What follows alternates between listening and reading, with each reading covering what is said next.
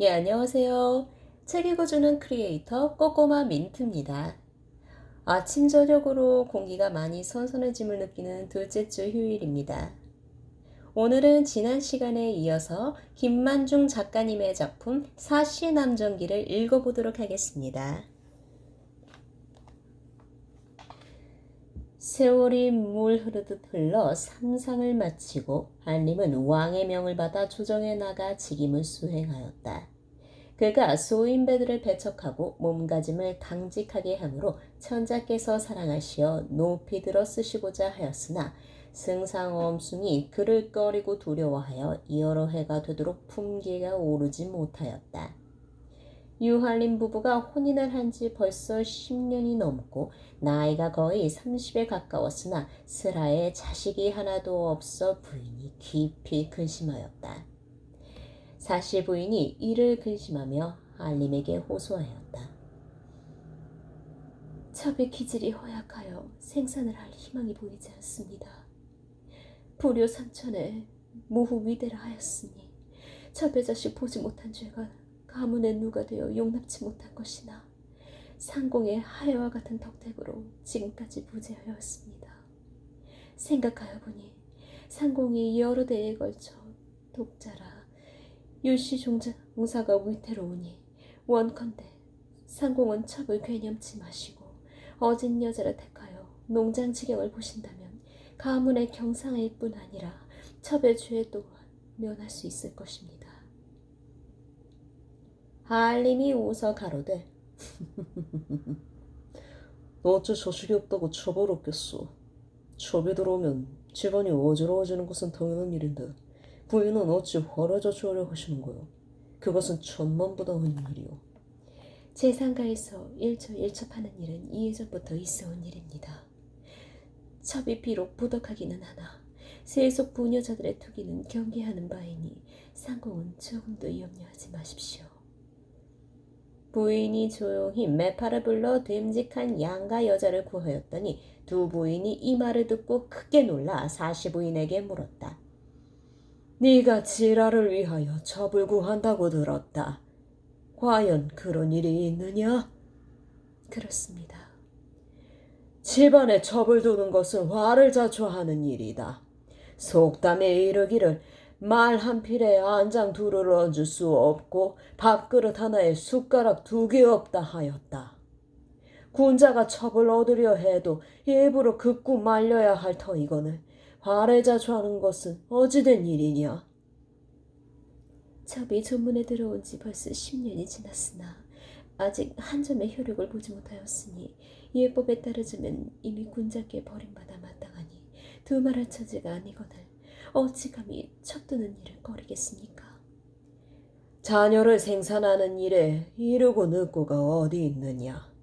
두시문 중에도 나이 30이 지나서야 아들 5을 낳은 일도 있고 또 세상에는 40이 지난 뒤에 비로소 초산하는 이도 많다. 네 나이 아직 30이 채 안 되었으니 너무 염려하지 말아라. 첩은 기질이 허약하여 생산할 희망이 없습니다. 또한 도리를 따진다 하여도 남자가 일처일처하는 일은 떳떳한 일이니 첩이 비록 태사와 같은 덕은 없으나 세속 부녀들의 투기는 본받지 않으려 하옵니다. 대사가 비록 투기하지 않았으나 그것은 문왕이 한쪽으로 치우치지 아니한 은혜와 사랑을 베푸니 모든 첩들이 감복하여 원망이 없었던 것이다. 만일 문왕이 그와 같은 덕이 없었으면 비록 대사 같은 부인일지라도 어찌 교화를 베풀었겠느냐. 더욱이 지금은 옛날과 시절이 다르고 성인과 범인의 길이 다른데 단지 투기하지 않는 것으로 대사를 본받으려 하다니 이는 헛된 이름을 탐하여 화를 부르는 일이라 하겠다. 너는 깊이 생각하여라. 첩이 어찌 감히 예적 성인을 바라리까? 단지 세속 부녀들이 인륜을 모르고 질투를 일삼아 집안의 법도를 문란케 하는 것을 하단하는 바오니 첩이 비록 용렬하오나 어찌 그런 행실을 하리까? 그리고 또 군자께서 만일 몸을 돌아보지 않고 요세게만 침묵하시면 첩이 정성을 다하여 간하겠습니다. 두 부인이 더 이상 말리지 못할 것을 짐작하고 탄식하여 가로되 장차 들어올 세 사람이 양순한 여자거나 네가 가라는 말을 군자가 잘 들으면 좋겠으나 세 사람이 좋은 사람이 아니고 또 사내 마음이 한번 기울어지면 되돌리기 어려울 것이니 이후 내 말을 생각하고 뉘우칠 일이 없게 하여라. 하고 크게 낙심하여 맞이하였다. 이튿날 매파가 들어와 사시부인께 여쭈기를 한 곳에 여자가 하나 있어오나 아마 부인의 구하는 바에 너무나 과할 듯하나이다. 무슨 말이냐? 부인의 구하시는 사람은 다만 부덕이 있고 생산을 잘하면 그만이오나 이 사람은 그렇지 아니하여 용모 자색이 출중하오니 부인의 뜻에 합당치 못할까 하나이다. 사시부인이 웃으며 말하기를 매파는 남 떠벌린 말을 나가지 말고 자세히 말하여라. 성은 교시요 이름은 채란이라 하며 하간부에서 자란 사람이옵니다. 본데 벼슬하는 집 딸로서 부모를 일찍 여의고 그 형의 집에 의탁하고 있사옵니다. 지금 나이가 16이라 하옵니다. 제 스스로 말하기를 가난한 선비의 아내가 되기보다 공후부 귀가에 첩이 되는 것이 좋다 하오며 그 자색은 한고을의 으뜸이요 여공지사도 모를 것이 없사오니 부인이 만일 상공을 위하여 첩을 구하신다면 이보다 나은 이가 없을까 하나이다. 사시부인이 크게 기뻐하여 말하였다. 벼슬한 사람의 딸이면 그 성품과 행실이 무지한 천인과는 다를 것이니 다행이구나. 사시부인이 하알림에게 매파가 한 말을 전하고 데려오기를 강권하였다. 너 첩두는 일은 그리 급하지않소. 부인의 뜻을 저버리기 어려우니 되기라여 데려오시오. 이에 친척을 모으고 잔치를 벌여 교씨를 맞아들였다. 교씨가 하알림과 부인께 절하고 자리에 앉았는데 그 얼굴이 아름답고 거동이 가볍고 날렵하여 해당화 한 송이가 아침 이슬을 머금고 바람에 나부끼듯 하니 모두 칭찬하지 않는 사람이 없었으나 오직 두 부인만 기뻐하지 않았다. 이날 밤에 교씨를 화원별당에 머물게 하고 하알림이 들어가 밤을 지내니 두 사람의 정이 넉넉하고 만족할 만하였다. 이튿날 두 부인이 사시부인과 함께 말씀을 나누며 어차피 소실두기를 권할 것이면 마땅히 순직하고 근실한 사람을 구할 것이지 이렇듯 절대가인을 데려왔느냐. 그 성품이 어제지 못하면 네게 해가 될 뿐 아니라 유씨 가문에도 화가 밀칠까 걱정이구나.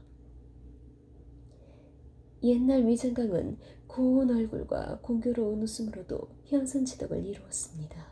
그러니 어찌 절대가인이라 다 어제지 아니하겠습니까? 장강이 어제기는 하였으나 자식을 두지 못하였느니라. 두 사람은 서로 마주보고 웃었다.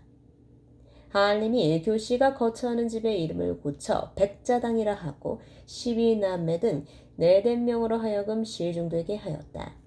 집안에서는 모두 그를 교낭자라 불렀다.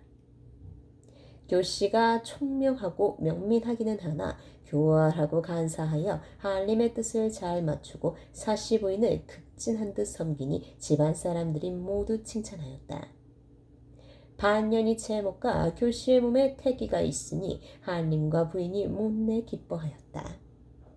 교씨가 행여나 아들을 낳지 못할까 염려하여 점치는 사람 여럿을 불러다 물으니 혹은 아들이라 하고 혹은 딸이라고 하며 또 어떤 사람은 아들을 낳으면 술을 누르지 못하고 딸을 낳으면 정수유복하리라 하였다. 이에 교씨가 더욱 염려하며 근심하였다. 하루는 12남매가 그것을 알고 교씨에게 말하였다. 이 동리에 신랑이라 하는 여자가 있사옵니다. 본데 남방 사람으로 이곳에 잠시 머물고 있어온데 그 재주가 비상하여 모르는 곳이 없사오니 이 여자를 불러 물어보시옵소서. 교씨가 이 말을 듣고 크게 기뻐하며 즉시 심랑을 불어 물었다. 네 능히 태중에 들어있는 아이의 남녀를 분간하여 알아낼 수 있느냐? 제가 비록 능한 재주는 아니오나 태중 아이의 남녀는 분간할 줄 아나이다. 잠깐 진맥하도록 허락하소서. 이에 교씨가 팔을 걷고 맥을 보라 하자 심랑이 손을 짚어 맥을 본 뒤에 이는 분명히 딸을 낳을 맥이옵니다. 교씨가 크게 놀라며 말하기를 상공인 나를 얻으신 것은 한갓 색을 취하시려는 것이 아니라 아들을 얻고자 하심인데 만일 내가 딸을 낳으면 낳지 않은 것만 못할 것이니 이를 장차 어쩌면 좋겠느냐. 심랑이 가로되 천한 이 몸이 일찍이 산중에 들어가 이인을 만나 복중에 뜬 여태를 남태로 변하게 하는 비법을 외워 여러 사람에게 시험하였더니 영험하기가 백발백중입니다. 낭자께서 만일 아들을 원하신다면 이 묘법을 한번 시험해 보소서. 교씨가 이 말을 듣고 크게 기뻐하며 말하였다. 그런 법이 있다면 어찌 시험해보지 않겠느냐? 만일 성공만 하면 천금을 아끼지 아니할 것이다. 심랑이 그 술법은 아주 어려운 것이라 말하고 지필목을 청하여 부적을 여러 장 쓰고 기괴한 비방을 많이 한 후에 교씨의 방안 여러 곳과 잠자리 밑에 감추고 교씨에게 훗날 등단하신 것을 축하드리러 오겠사오니 후하신 상금은 그때 주시옵소서. 하고 돌아갔다.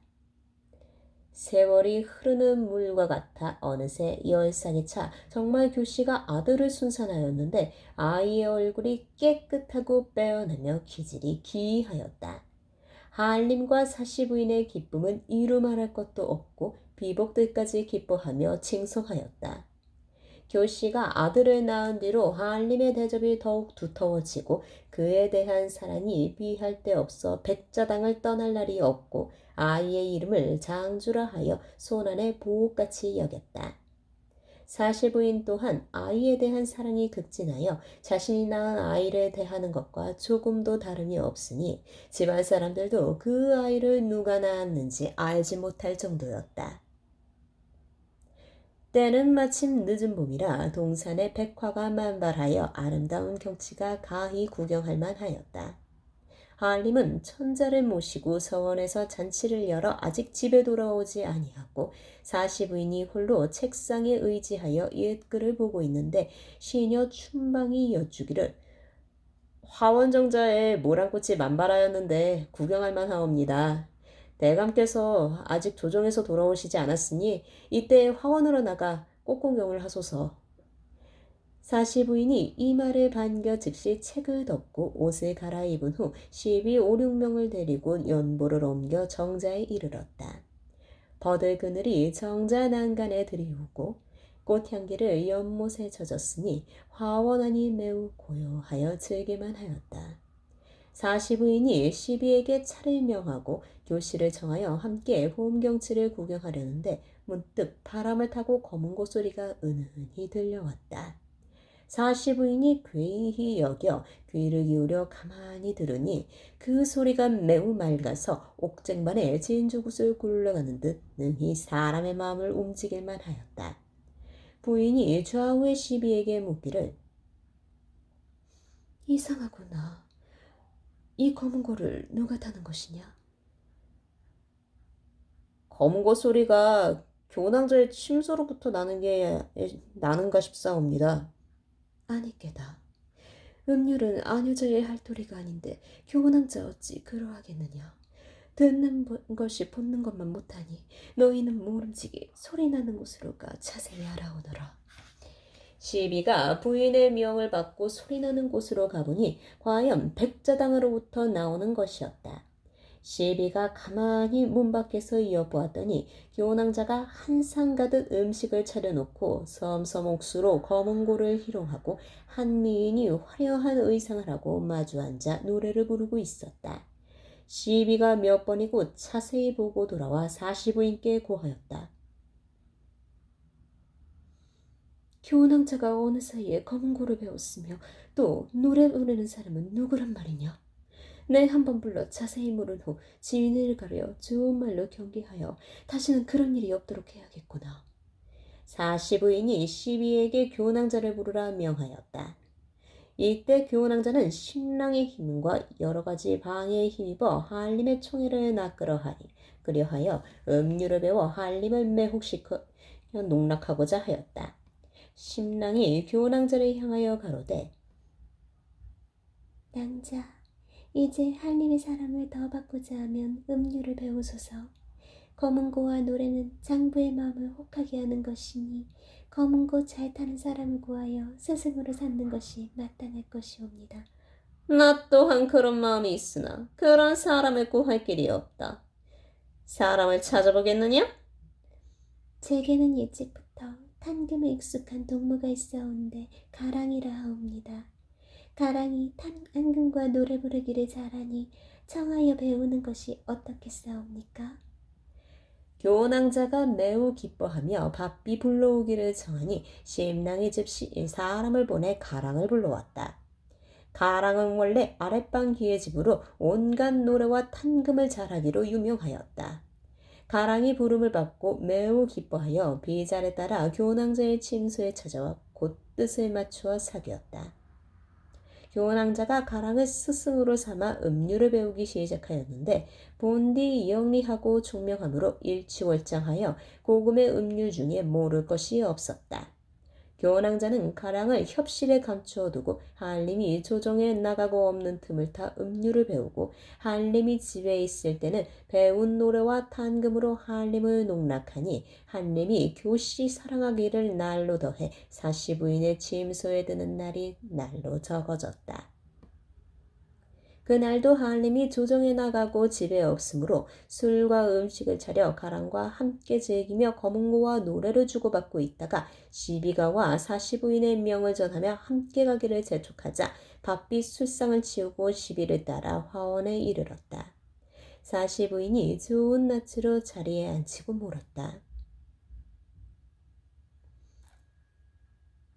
교랑의 침소에 있는 그 미인이 누구더냐? 그 여자는 저의 사촌아옵니다.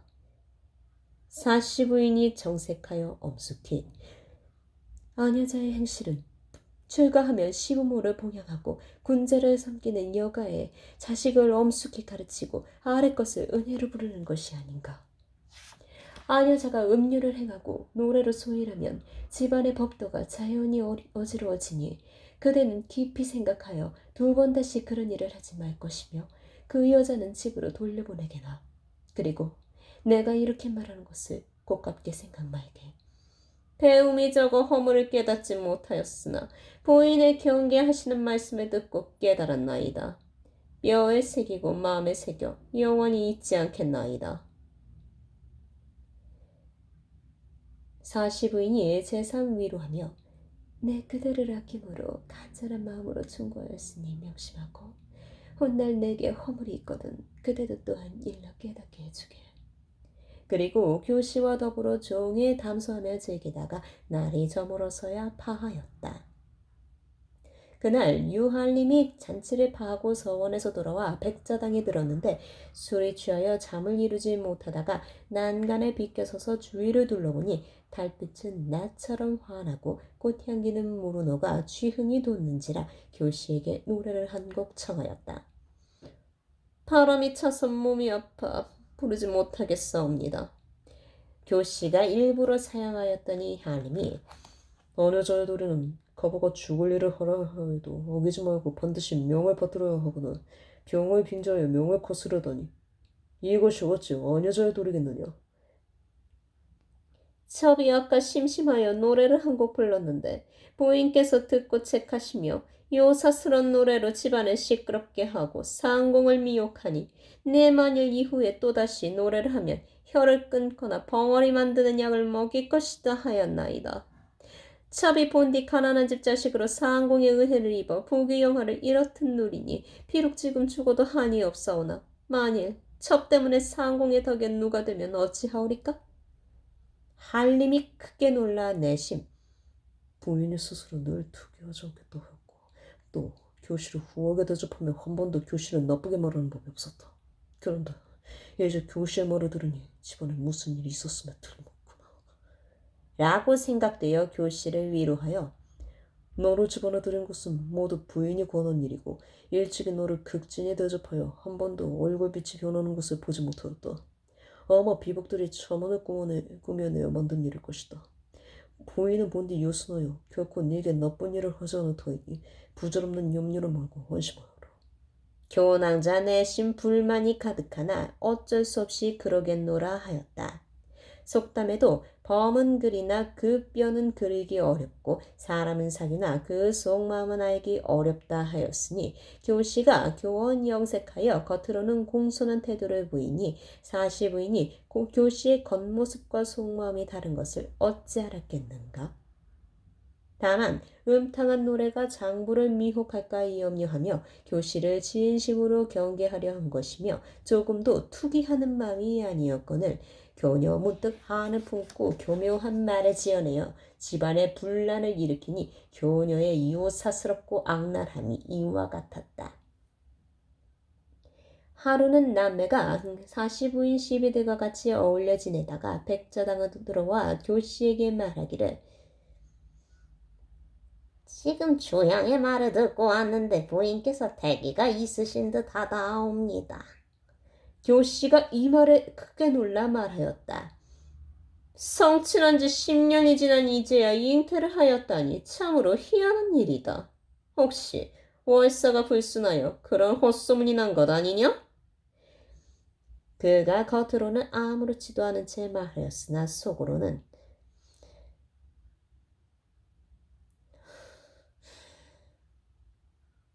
사씨가 정말 잉태하여 아들을 낳는다면 나는 정말 할 일 없이 될 것이니 이 일을 어떻게 하면 좋단 말인가 하였다. 교씨가 혼자 애를 태우는 동안 사시부인의 태기가 확실해져 온 집안이 모두 기뻐하였다. 다만 교씨 혼자만 시기하는 마음을 참지 못하여 기쁘게 여기지 않고 남매와 짜고 여러 차례 낙태시킬 약을 사시부인의 약에 넣어드렸으나 어쩐 일인지 그 약만 마시면 구역이 나서 토해버렸으니 이는 천지신명이 도우신 것이라 더 이상 간악한 수단을 쓸 돌이 없었다. 사시부인이 다리 차 아들을 낳으니 골격이 비범하고 신체가 존일하였다. 이에 한림이 크게 기뻐하며 이름을 이나라 하였다. 이나가 점차 자라 장주와 어울려 함께 놀았는데 이나가 비록 나이 어리나 그 씩씩한 기상이 장주의 가냘픈 나약함과는 현저히 달랐다. 한 번은 한림이 밖에서 들어오다 두 아이가 노는 것을 보고 먼저 이나를 안아 어루만지며 이나야, 너의 이마가 흡사 선인을 닮았구나. 후나 네가 자라 빛이 우리 가문을 빛낼 것이다. 하고 내당으로 들어갔다. 장주의 유모가 그것을 보고 들어와 교씨에게 고하여 말하기를 상우께서 이나만 안아주고 장주는 돌아보지도 않았나이다. 하며 눈물을 흘리니 교씨 또한 속을 태우며 깊이 생각하였다. 사씨의 용모와 차질이 나보다 뛰어나 내 용모와 차질이 모두 사씨에게 미치지 못한다. 더욱이 적실과 첩의 차이가 엄연하거늘 다만 내게 아들이 있고 사씨에게 아들이 없어 상공의 은총을 받은 것인데 이제 사씨가 아들을 낳아 그 아이가 이 집의 주인이 될 것이라 내 아들의 신세가 이제는 곁다리기에 불과하게 되었구나. 부인이 비록 좋은 얼굴로 나를 대하기는 하나 그 심정은 알 수 없으니 만일 부인이 간사한 짓을 하여 상공의 마음이 변하면 나의 앞날은 어떻게 될 것이냐? 교씨가 심랑을 다시 청하여 의논하였다.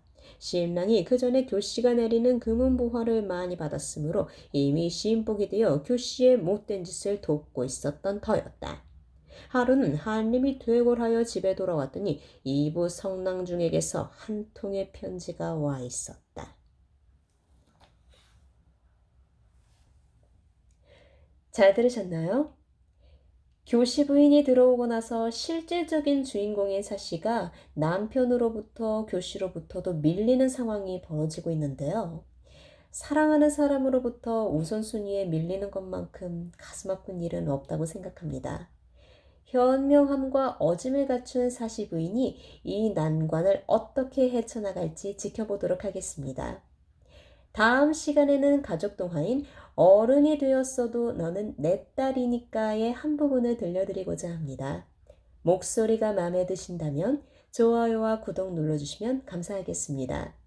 그럼 오늘 하루도 책들과 친해지는 하루 되시길 바랄게요. 감사합니다.